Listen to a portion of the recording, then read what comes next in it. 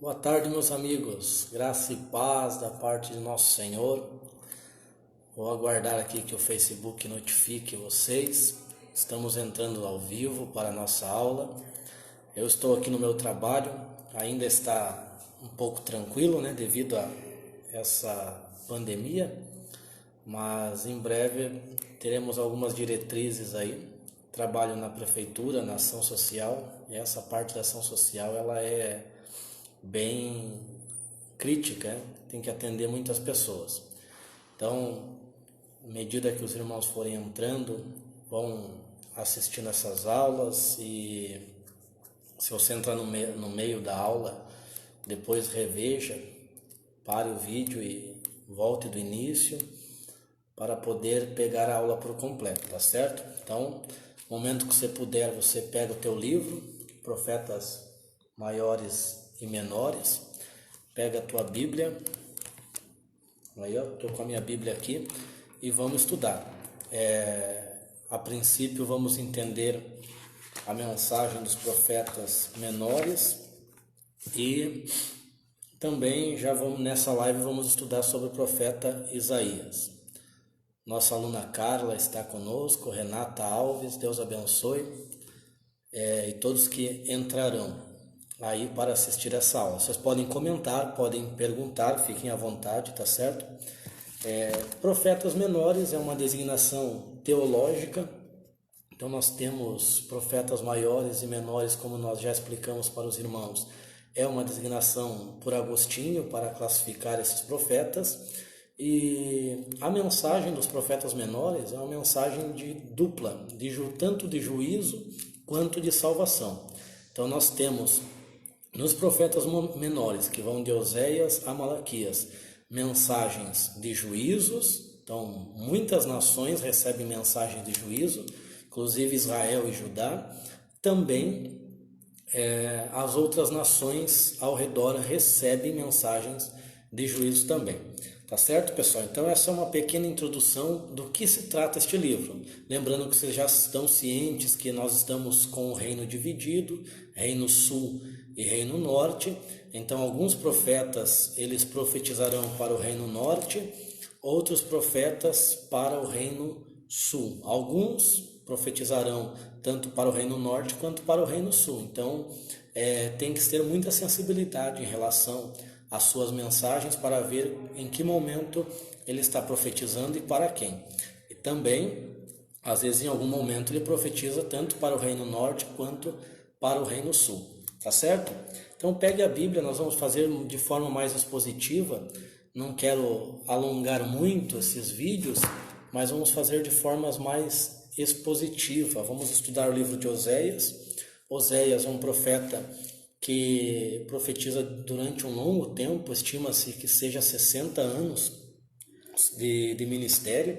Então aqui na primeira página do livro, ó pessoal, você tem a introdução, e na introdução mostra de quem ele é contemporâneo e os outros profetas contemporâneos e quando ele começou aproximadamente a profetizar, ano 745 antes de Cristo.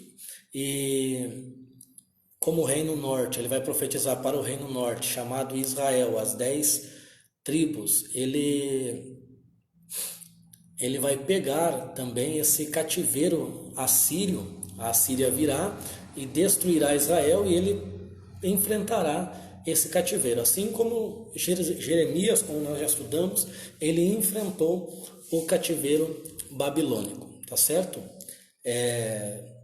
Vamos para Oséias? Então o primeiro versículo ele já nos demonstra aqui todo o período que abrange a profecia. Você observa ali nos dias de Uzias, Jotão, Acás, Ezequias, filho de Joás e também o rei, reis de Judá e Jeroboão, rei de Israel. Então aqui já dá um panorama de qual momento que ele profetiza.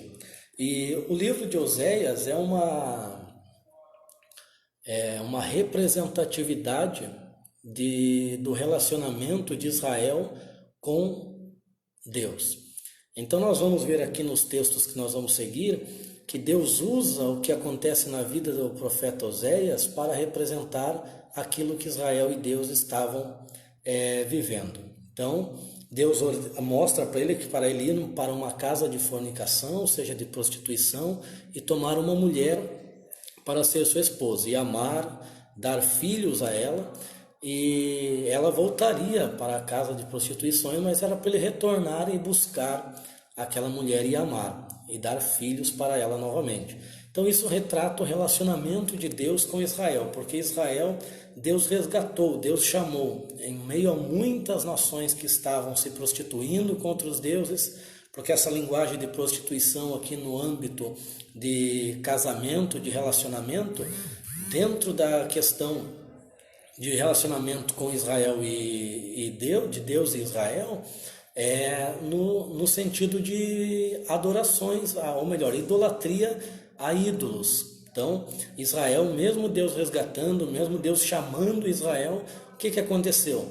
Eles se voltaram a outros deuses. Deus tirou lá do meio da prostituição, que eles estavam adorando terafins, estavam adorando outros deuses, e Deus chamou Abraão, mas mesmo assim eles se voltaram contra Deus e começaram a se prostituir com Baal, Astarote, Azera, como eu passei para vocês já aí, tá certo?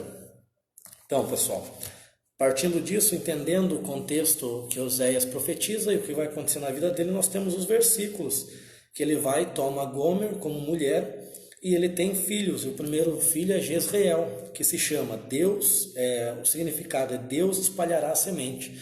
Então esses nomes são bem significativos. Por quê? Porque no nome dos filhos de Oséias nós vemos o cumprimento da profecia de Deus. Então Jezreel, Deus espalha a semente. Então Deus estava profetizando, usando esse nome para profetizar para Israel, que Israel seria espalhada por todo o mundo.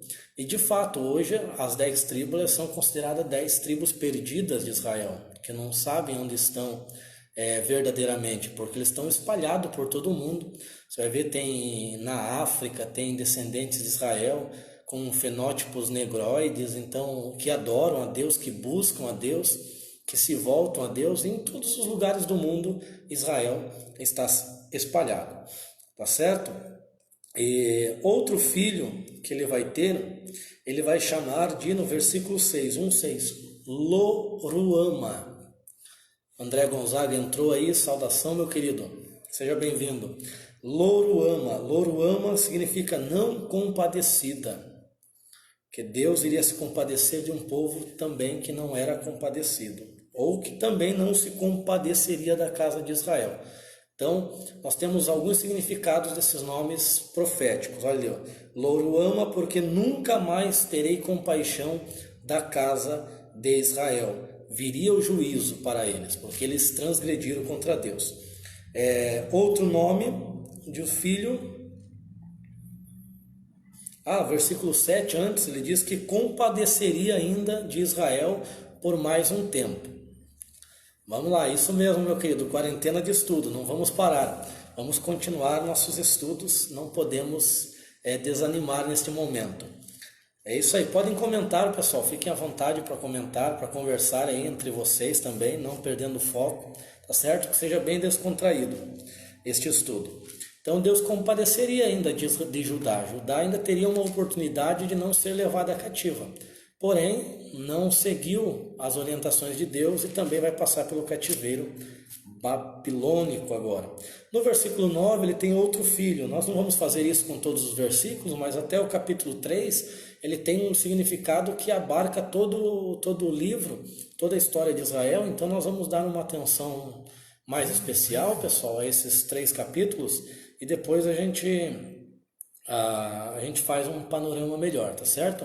Então não se preocupe não tem como fazer expositivo, versículo por versículo, mas eu quero dar uma atenção especial a esses 3 capítulos, tá certo?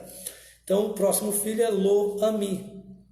Lo-Ami já nasce quando eles estão casados. Então o significado de Lo-Ami, já o Lo-Ami já não é um filho das prostituições, é um filho que quando ela já está realmente casada, já ela está vivendo com ele E só que mesmo assim depois ela vai se voltar às prostituições. Então, isso daí, alguns até sugerem que o livro de Oséias seja uma visão, mas não temos nenhum momento mostrando isso, porque senão ele falava visão que o profeta teve, assim como tem em em outros livros. E também é muito específico em relação a nomes, nós temos vários nomes aqui. Então é um momento que o profeta passou na sua vida.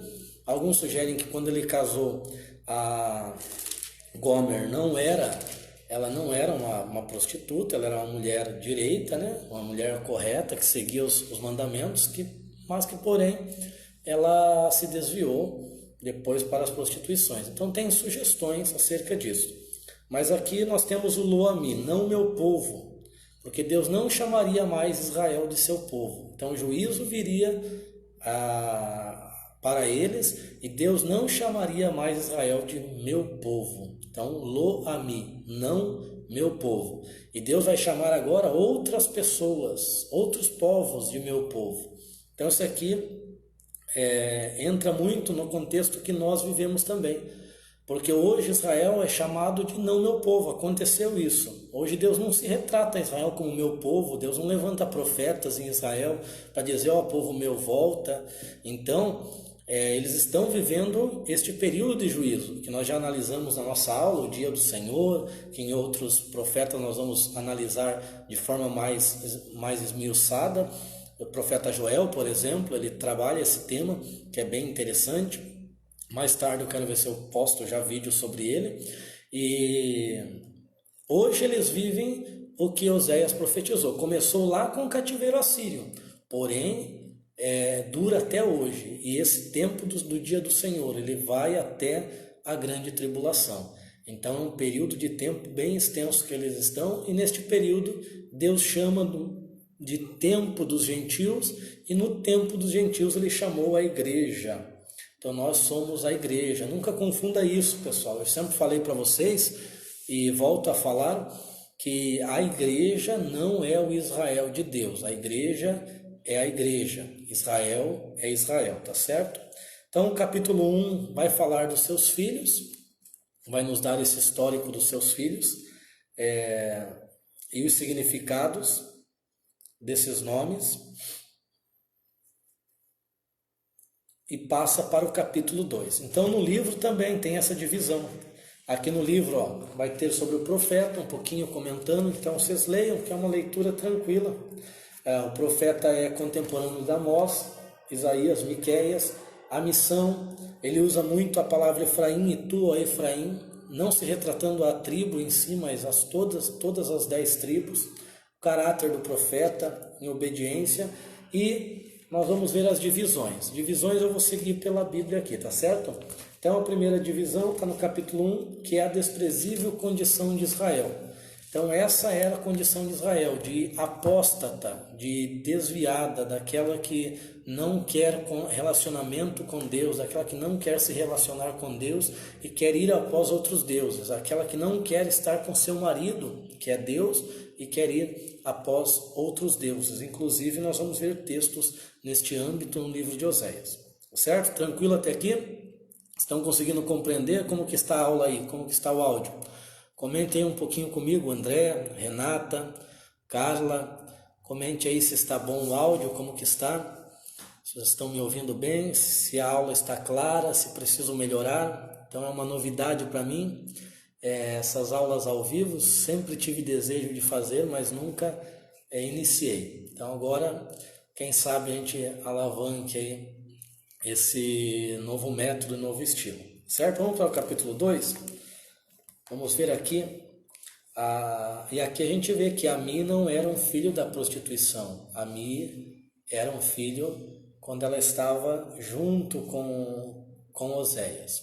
Olha o versículo 1, 2:1. Os versículos 1 dos capítulos são bem centrais para nós entendermos. Que bom, que está ótimo. Deus abençoe, Carla. Dizei a vossos irmãos, Ami, que quer dizer meu povo, em Israel, Am em hebraico é povo. Ami, meu povo. Então esse I no final aí se torna possessivo, né? Meu povo.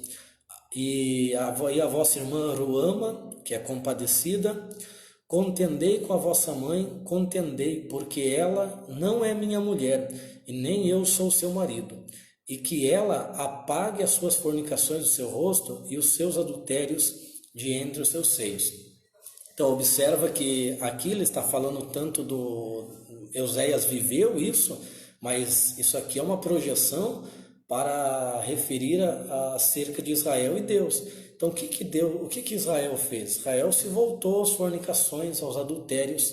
Isso, quando a gente usa o termo adultério e fornicação no âmbito de Israel, está se referindo à idolatria, que eles adoraram a Baal, adoraram a Azera, a Astarote. Por quê? Por que Deus compara o casamento, o relacionamento com a relação que ele tem com o seu povo? Porque o culto, a gente acha que culto é só ir lá na igreja, ficar meia hora, ficar uma hora e meia, 2 horas, e agora o povo não está podendo se congregar, estão fazendo culto em casa, com a família. O que é culto na realidade? Qual que é o sentido de culto? Culto é relacionamento.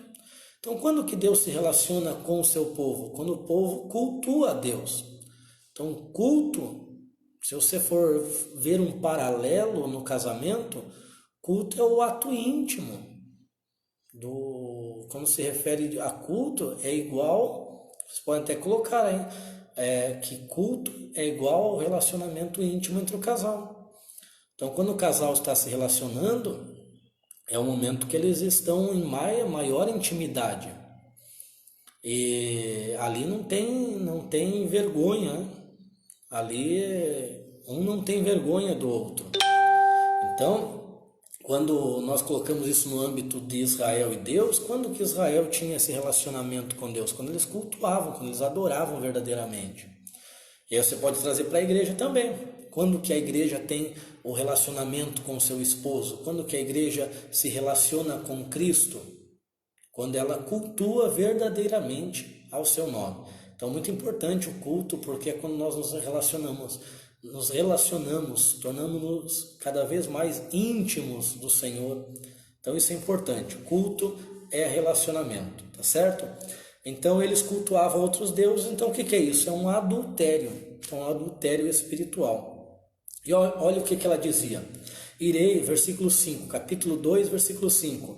Porque a sua mãe fornicou e aquela que os concebeu comportou-se vergonhosamente, pois disse: irei após os meus amantes, pois me dão o meu pão e a minha água, a minha lã, o meu linho, o meu azeite e os meus licores. Olha aí. Os prazeres, né? Aqui estou falando tudo dos prazeres: alimentação, água, vestimenta, o azeite e os licores, a embriaguez. Então, por que Israel buscou outros deuses? O fato de Israel sempre cair nesse pecado de idolatria é porque os cultos pagãos, eles estavam regados a comida, bebida, sexualidade livre. Então eles caíam, eles pecavam nisso corriqueiramente. Então isso se tornou uma iniquidade, né? Estava instituído em Israel. E Israel se voltava a esses deuses. O versículo 8 diz assim: ela, pois, não reconheceu que eu lhe dava trigo, vinho e o azeite, e que lhe multiplicava a prata e o ouro que eles usavam para cultuar Baal. Olha que coisa tremenda aqui, irmãos. Olha o que Deus dá. Deus dá trigo, Deus dá vinho, Deus dá azeite. O que é isso? O que significa isso? Trigo é o sustento.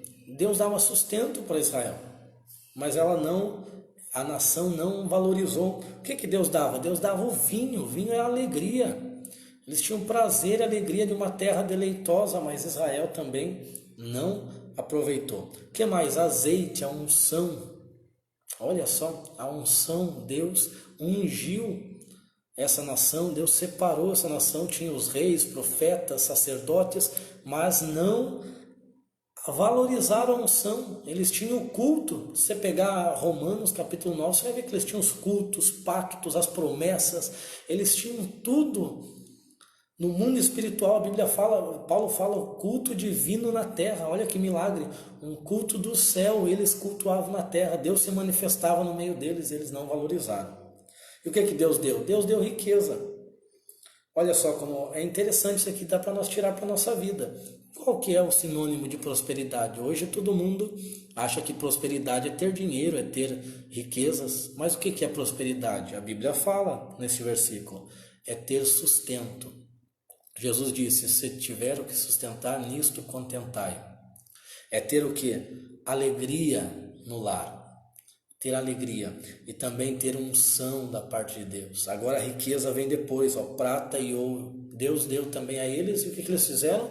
Começaram a cultuar a Baal. Usaram essas riquezas para cultuar a Baal. Fizeram bezerros de ouro. O reino norte vai colocar nos seus outeiros, nos seus montes, bezerros onde eles vão adorar. Então isso é um pecado grave, né, que Israel cometeu. Abandonou a Deus para adorar a Baal. Vamos lá? O versículo 9, portanto, 2:9, portanto, eu voltarei e recuperarei o meu trigo, o meu vinho e o tempo determinado, e tirarei a minha lã e o meu linho, com que cobriam a sua nudez. E agora descobrirei sua infâmia diante da vista dos seus amantes, e ninguém a livrará das minhas mãos. Então observa, uma palavra-chave aqui do livro de Oséias que nós vemos no título é volta. Volta, povo meu, volta para mim, retorna a me buscar. E aqui fala, voltarei. Deus também se voltaria a eles, mas eles não obedeceram. Então veio o juízo de Deus sobre a nação. Olha o versículo 13. E a castigarei em troca dos dias em que ela ofertava aos Baalins. Baalins é o plural de Baal, no hebraico Baalim. E se ornamentava com seus pendentes, com as suas joias, e andava após os seus amantes, e se esquecia de mim, diz o Senhor. Olha que coisa terrível. Então havia momentos que Israel se esquecia de Deus, não buscava mais a Deus. Só buscava quando as coisas estavam difíceis, quando as coisas estavam terríveis. É o que nós vemos nesses dias, né? Está acontecendo. O povo está buscando a Deus. Você vê hinos aí nos prédios, muitos compartilham, dizem, olha que bênção, um avivamento que está acontecendo. Mas aí eu pergunto para vocês, será se é um avivamento mesmo? Será se o povo está se arrependendo? Porque avivamento ele vem a partir de arrependimento. Será se o povo está se arrependendo? Ou estão só preocupados, com medo? E depois que essa pandemia passar, que o vírus passar, que tiver já tudo normalizado, como que vai ser? Vão continuar louvando? Ou vão buscar seus próprios negócios? Ou vão se esquecer de Deus? Era assim que acontecia com Israel. Israel, quando as coisas estavam difíceis, quando o Baal, quando as festas já não resolvia mais, o que eles faziam? Se voltavam para Deus. E Deus ele perdoa se a pessoa se arrepender verdadeiramente. Mas não podemos deixar que seja um avivamento superficial. Tá certo? Vamos mais um pouco, pessoal? Olha ali, capítulo 2:15. E lhe devolverei dali os seus vinhedos, e lhe abrirei porta de esperança no vale de Acor. E ela corresponderá como nos dias da sua mocidade, como no dia que subia da terra do Egito. Olha que interessante aqui, ó. Mesmo Israel, se ela desviada do jeito que estava, mesmo Israel caída, olha o que Deus fala, se ela voltar a Deus, Deus ele devolveria a sua prosperidade, a sua alegria, os vinhedos, abriria a porta de esperança. Olha, esse tempo que nós estamos vivendo é um tempo onde Deus está abrindo porta de esperança. Porque as pessoas realmente só se lembram de Deus quando as coisas estão difíceis. Então é uma porta de esperança que Deus está abrindo para as pessoas. E espero que elas correspondam a isso. E ele traz a memória aqui, ó, como nos dias da mocidade, nos dias que eles subiam da terra do Egito. Por quê? Porque quando eles saíram da terra do Egito, eles saíram crente. Lembra de como você era quando se converteu ao Senhor? Você era mais crente, orava, jejuava, né? Quando eu me converti também da mesma forma. Chega um momento da nossa vida que nós paramos de buscar a Deus como buscávamos. Então é necessário nós sermos surpreendidos por algumas situações para nós voltarmos a Deus, buscar, orar, realmente ser igreja, né? Eu coloquei no grupo para reflexão porque me chamou muito a atenção, que nós somos costumamos dizer, eu vou à igreja, e esquecemos de dizer, eu sou a igreja. Então nós somos a igreja, nós nos reunimos para congregar em um templo. O que é a igreja? É o corpo de Cristo. O que é o templo? É o lugar. O que é congregar? É juntar, é juntamento de pessoa, reunião. Então, igreja é uma coisa, congregação é outra e templo é outro. Nunca confunda isso. É importante, que está na hora de nós sermos de fato igreja do Senhor. E onde for para congregar, a gente vai congregar. Nós não precisamos somente do templo. O templo é bênção, mas nós não precisamos do templo. Em todo lugar a gente tem liberdade de buscar ao Senhor. Outro ponto aqui, é o versículo 18. Naquele dia farei um pacto em favor deles com as bestas do campo e com as aves dos céus e com os répteis da terra. E quebrarei o arco e a espada, eliminarei a guerra da terra e farei com que repousem seguros. Esse texto é um texto que joga lá para o final, para a grande tribulação. Quando ele fala que quebra o arco, é o cavaleiro branco, ele vem com um arco, a Bíblia fala em Apocalipse 6, e o cavaleiro vermelho vem com uma espada para fazer guerra. Então, Jesus é aquele que vai vir quebrar o arco, vai quebrar a espada e vai instituir paz. Então tem vários textos aqui que é lá para a grande tribulação, que eles viveram em partes com o cativeiro da Síria, mas que vai se cumprir de fato só com a vinda de Jesus. Então Jesus vai estabelecer paz. Certo, pessoal? Vamos lá? Olha que interessante, os 19 em diante é muito interessante. Diz assim, desposar-te-ei comigo. Desposar é o ato de... É o ato de casar, é o mesmo que casar no nosso contexto. Algumas traduções podem estar escrito aí de noivado, né? Noivarei contigo, mas noivado é algo muito básico, perto do que significa na Bíblia. Porque o noivado para nós é só uma cerimônia sem fins judiciais, né? Sem validade civil.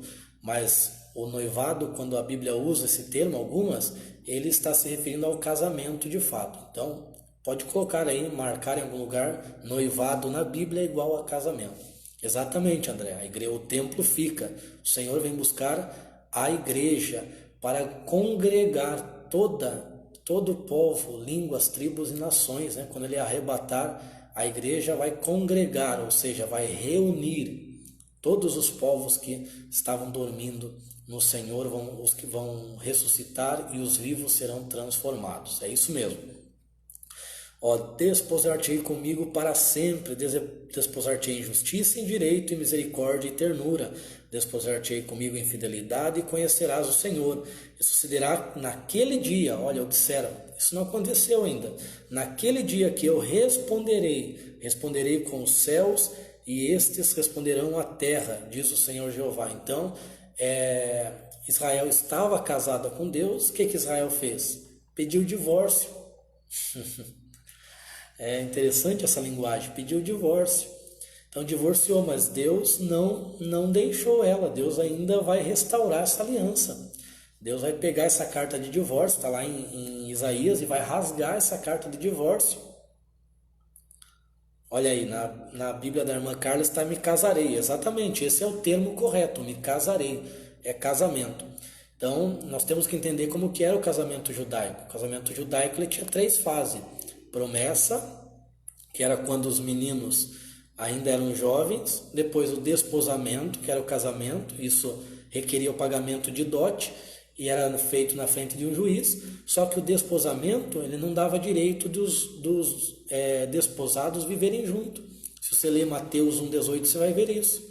E o nascimento de Jesus foi assim, estando Maria desposada com José, antes de se juntarem em bodas, que é a terceira fase. A terceira fase é bodas, é o encontro do esposo com a esposa, é quando a esposa é recebida na casa do esposo, é quando o esposo prepara o lugar para receber a esposa.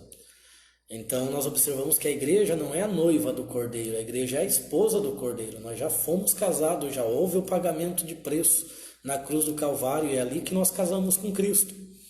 E agora nós vamos para as bodas do Cordeiro, nós não vamos para o casamento, para o desposamento, nós vamos para as bodas, tá certo, pessoal? Então, e outro ponto, aqui ó, e a terra responderá com trigo, vinho, azeite, e estes responderão a Jezreel. Então, a terra vai dar frutos, vai dar o seu vigor no reino milenar, isso vai acontecer. O versículo 23 é muito interessante, diz assim, e eu semearei para mim na terra, e terei compaixão da desfavorecida, Ruama, e direi a não meu povo, alô a mim, tu és o meu povo, e ela responderá, tu és o meu Deus. Então vai chegar o momento que Israel voltará a ser povo novamente. Nós, essa profecia até em partes ela pode abarcar nós, ela pode envolver nós, porque nós éramos conhecidos como não povo, nós não éramos o povo de Deus, nós éramos Lo-Ammi. Se você ler capítulo 2 de Efésios, você vai ver que nós estávamos sem esperança, sem Deus no mundo, nós estávamos longe das promessas, das alianças, dos pactos, nós estávamos longe de tudo, mas através de Jesus, Ele nos reconciliou com Deus. Glória a Deus por isso, você pode glorificar a Jesus, porque Ele olhou para aquela que estava desfavorecida, que éramos nós, os gentios. Então aqui é um ponto muito interessante que fala tanto dos gentios, Israel, e desses dois povos, gentio e Israel. Deus tira a igreja. Então a igreja é um povo que sai desses dois grupos, tá certo? E o capítulo 3, olha ali, o capítulo 2 está aqui, ó, a segunda divisão, a queda de Israel. Então, aqui, ó, no livro de vocês, segunda divisão, deixa eu te aproximar aqui, ó, a queda, a terrível queda de Israel. Então, todo o capítulo 2 é a queda de Israel. O capítulo 3 é o preço do resgate. Você vai ver que Oséias vai pagar o preço pelo resgate da sua esposa. Olha só, já era esposa, mas o abandonou e ele vai pagar o preço. Então, Deus também fará isso com Israel, vai pagar o preço pelo resgate. Então, nós temos aqui, ó, vai e ama uma mulher adúltera e amada por seu amigo. Assim como o Senhor Jeová ama os filhos de Israel, ainda que celebrem a deuses estranhos, se deleite com os bolos de passas, que eram os cultos. Isa Guimarães, seja bem-vinda. Anderson Lopes, se ele estiver aí, né? Abraço também para ele. Ainda que Israel seguiu a outros deuses, Deus amou o seu povo. Deus ainda pagou preço do resgate, né? Vai resgatar o seu povo, melhor dizendo. Então essa é a terceira divisão que nós temos. E diz assim o versículo 4: porquanto os filhos de Israel ficarão muitos dias sós, sem rei, sem príncipe, sem sacrifício, sem monumento, sem éfode e sem terafim. Olha aí, é o tempo que nós vivemos. Israel hoje não tem rei, Israel no sentido total, né? Não só as duas tribos do Reino Sul, não tem rei, eles não têm sacrifícios, eles não têm monumento, o templo foi destruído, eles não têm mais os sumos sacerdotes para usar o éfode era um peitoral com as 12 pedras representando 12 tribos, e terafim. Terafim é o ídolo do lar. Terafim eram ídolos que a família de Abraão carregou, saiu da Mesopotâmia com esses ídolos familiares, ídolos caseiros. E só Abraão foi realmente aquele que saiu do meio dessa parentela. Mas quando Terá decidiu sair de Ur até Harã, ele ainda leva os seus ídolos. Por isso que foi difícil para Abraão, né? Abraão foi muito difícil ele se desapegar dos filhos, ou melhor, da família. Ele vai com seu pai, depois Ló acompanha. Foi muito difícil ele se desapegar. Por isso que Deus vai fazer uma prova com ele, né? Oferece o teu único filho a mim. Porque ele ainda era muito apegado à família e Deus queria essa prova de fé com ele. Tá certo? Mas vai chegar um momento que eles, olha lá, depois desse tempo, esse período, olha que eles já estão vivendo isso há muito tempo, desde 722 a.C., desde 606, 597 e 539, 587, que Israel não tem rei mais, acabaram os reis em Israel.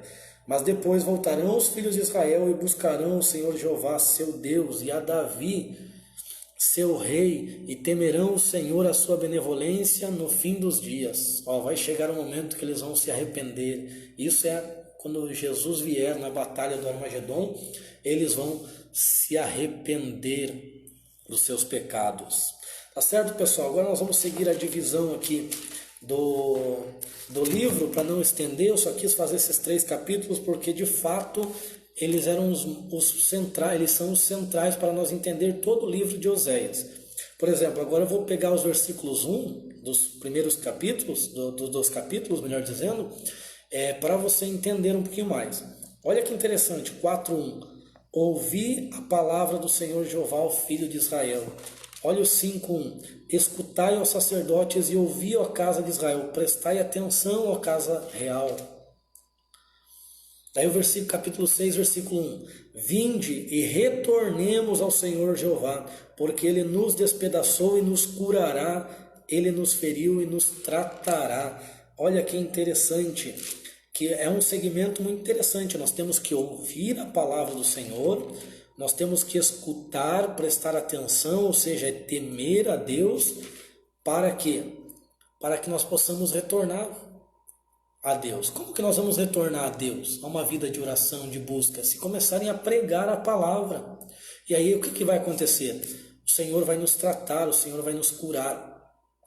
Então olha o que eles vão precisar ouvir, e eles só vão conseguir ouvir isso quando a grande tribulação chegar. E daí eles vão entender todas as profecias. Eu estava estudando e lendo, e eu sempre ligando a grande tribulação, porque de fato ela aponta para lá. Então eu falo, meu Deus, ali que eles vão entender. Hoje eles falam do Messias, o Messias, se preparar para a vinda do Messias, mas o Messias que eles vão aceitar é o falso Messias. Eles só vão entender mesmo na grande tribulação, lá na metade, que eles vão compreender que aquele era o falso Messias e que agora eles têm que prantear, têm que ouvir, e as 2 testemunhas vão pregar, os 144.000, então eles vão atentar para esses sinais, certo? E no livro nós temos aqui, quarta divisão, capítulo 4 e 5, terríveis resultados da queda. Então a queda, os terríveis resultados são os cativeiros que acabaram com eles, não fisicamente simplesmente, mas moral, espiritual, econômica. Então foi algo terrível que aconteceu. Aí a 5ª divisão, o capítulo 6, que é o clamor de arrependimento, que nós vemos aqui, né? Voltai até mim, retornai ao Senhor. É o momento que eles vão se arrepender. A próxima divisão, nós temos o Senhor sonda as feridas de Israel. Daí o capítulo 7, versículo 1, olha que interessante esse versículo. Isso aqui é algo tremendo. Enquanto eu ainda estava curando a Israel, descobriu-se a iniquidade de Efraim e a maldade de Samaria. Olha só, quando Deus estava curando, daí que se descobriu os pecados deles. Então é quando a luz brilha que nós começamos a ver as nossas falhas. Então quando Deus começou a curar eles das suas falhas, Deus começou a ver os seus pecados, os seus erros. E qual que eram os pecados? Nós falamos de adultério, né? Nós falamos de homicídio, nós colocamos esses pecados como os piores. Mas quais pecados que Israel cometeu que foi terrível, além da idolatria? Capítulo 7, versículo 3, maldade. Primeiro ponto, a maldade. Como que se refletia a maldade para eles? Se refletia quando eles oprimiam os pobres, os mais simples. Nós vamos ver em outros livros. Então isso é maldade, quando a gente abusa de autoridade. Eu sou líder e abuso da autoridade que tenho. O próximo, os príncipes com as suas mentiras. Olha aí, em muitos lugares, em muitos segmentos, a mentira já é comum. Mentiras ministeriais, mentiras para justificar algumas coisas. Isso em algumas igrejas está comum. E a gente já nem liga mais para isso, né? Não, o negócio é adultério. Quando eu falo, fulano caiu, ele adulterou com quem? Mas se ele está na mentira, ele já está caído, né? São todos adúlteros, agora sim, a idolatria. Então primeiro Deus fala da maldade, Segundo, Deus fala da mentira, e depois Deus fala da idolatria, porque a idolatria evidenciava aquilo que estava em oculto neles. Outro pecado, 7:10, a soberba de Israel. Quantas pessoas soberbas? Então a soberba é algo terrível. A Bíblia fala que Deus abate os soberbos. Aí o 11 é interessante. Efraim foi como uma pomba incauta, sem entendimento, clama ao Egito e procura ajuda na Assíria. Olha só, em vez de buscar ajuda em Deus, onde que eles foram buscar ajuda? No Egito, de onde eles tinham saído. E na Assíria, aquelas que havia levado, que viria contra eles e levariam o cativeiro. Olha lá, o versículo 14, olha lá. E não clamaram a mim de coração. Então, nesse tempo difícil que nós estamos vivendo no Brasil, a quem nós estamos recorrendo? Nós temos que nos cuidar, isso é evidente. Mas devemos recorrer a Deus. Ele é o único que pode nos ajudar. A próxima divisão aqui, irmãos, nós temos... já vai para o capítulo 14, né? Porque até o Senhor sondando as feridas de Israel, abarca todos os capítulos. Aí o capítulo 8, versículo 5, eu coloquei aqui, ó. O teu bezerro, ó Samaria, foi rejeitado, a minha ira acendeu contra eles. O versículo 6 também. Porque eis que Israel produziu, é obra do artífice, não é um Deus, portanto o bezerro de Samaria será feito em pedaços, a obra da idolatria, né? Eles estavam idolatrando o bezerro, aquela lembrança do Egito ainda, colocaram vários bezerros e estavam adorando em Israel, algo terrível, né? Algo grave. Versículo 9, capítulo 9, versículo 1, não te regozijes até dançar, ó Israel, como as demais nações, porque fornicaste e te desviaste do teu Deus. Amaste o salário de prostitutas por todas as eiras cheias de trigo. Então eles amaram a idolatria e não buscaram a Deus. Capítulo 10, versículo 1, diz assim, ó, Israel era uma vida exuberante que dava frutos em abundância. Olha só que interessante, quando eles estavam em Deus, eu já estou encerrando, pessoal, já deu 42 minutos, meu Deus. Alguns vão ser mais longos mesmo, tem outros que eu vou reduzir. Não se preocupe quanto a isso. Israel era uma vida exuberante, dava frutos enquanto estava com Deus, depois ela se tornou uma videira brava que produziu frutos amargos, azedos, porque desviou-se de Deus. E, seguindo aqui, a próxima sequência, o próximo capítulo 11, que eu marquei algumas coisas aqui também, ele fala, quando Israel ainda era jovem, versículo 1, eu o amei, e do Egito chamei meu filho, mas quando mais eu chamava, mais se afastava de mim. O meu povo sacrificava balins e queimava incenso a imagens e esculturas.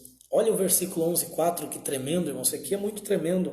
Eu os atraía a mim com cordas humanas, com laços de amor, e fui para eles como o que alivia o jugo de suas queixadas. Versículo 5, Israel não voltará à terra do Egito, senão que o próprio Assírio será o seu rei, porque não quiseram se converter a mim. Olha só, Deus tentou de todas as formas. Que bênção, irmã Carla. Se pudesse a gente ia mais adiante, mas vamos reduzir um pouco só para ficar bem didático, mas acho que vai abranger 1 hora. Esse aqui, como é um livro mais longo, acaba sendo mais demorado, mas depois nós vamos reduzir, vai ficar em 30 minutos as aulas mais ou menos.